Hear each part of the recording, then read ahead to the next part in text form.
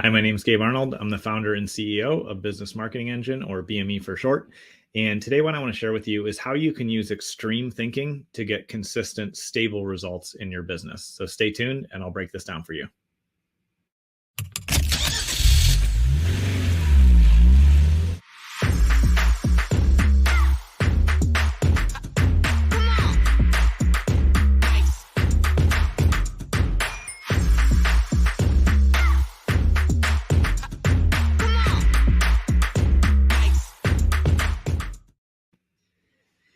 When I'm faced with challenging decisions, I use a process where I explore the extremes. And as I break this down, I think it'll make sense to you. But it's actually probably one of the most empowering tools that I use.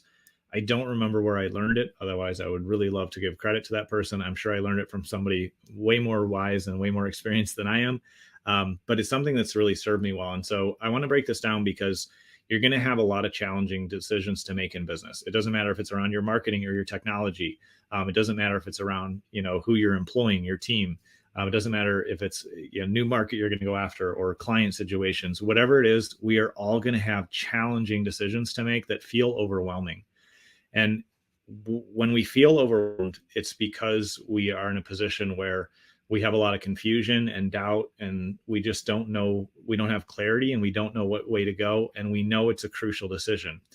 I'm listening to a book right now, The Dichotomy of Leadership, because I just a little bit ago listened to Extreme Ownership. Both of those are amazing books. I highly recommend.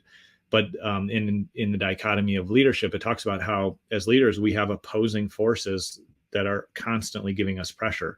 One example they use in the book is, with our employees, with our team members, we have to take great care of them. We have to build a great relationship with them. We need to really have a lot of trust. We really want to invest in those relationships and be close to them. But at the same time, we have to be in a position where we can give them direction, we can give them orders, we can ask them to follow through on something, and we have to have that level of authority with them. And those feel like opposing forces, and they are at times, but it's part of what we have to balance as leaders. And so as leaders, we have a lot of decisions to make. And so one of the best ways that I've been able to navigate really tough decisions is to explore the extremes and to be really deep in that exploration. And the reason why I think that's important, and I'm going to kind of break down how I do it here in a minute, is because generally things are never going to be as good as we think they are, and they're never going to be as bad as we imagine. We always fall in the middle somewhere. And so as we think about that, if you think about, here's an example, like you're considering doing a big launch next year. And if you think about all the possible good things that can happen, you could have tons of sales. It could go perfectly, like everything would be great. And if you list out all those things on one side of your page, and it's really important to write these down, by the way, because it externalizes it. It helps us be objective. But if you write down first, like, here's all the amazing things that could happen. Here's what would happen if it went perfectly. I would achieve all of this. And then on the other side, we write down all the terrible worst case scenario things that could happen. I could lose all my money. I could piss off all my customers.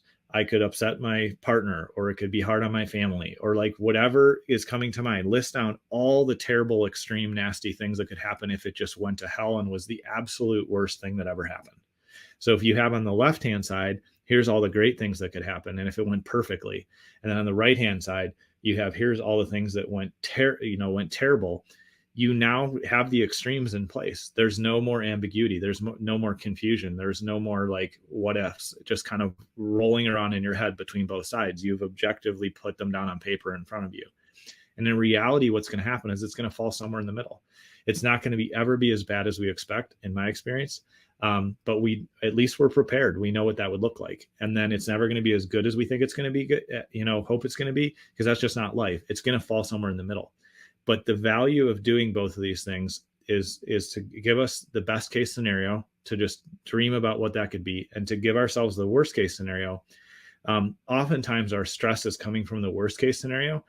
And if we're just as objective and realistic and honest as we can be about the worst case scenario, what that allows us to do is then go, oh, well, like if that's the worst case scenario, I'll survive that.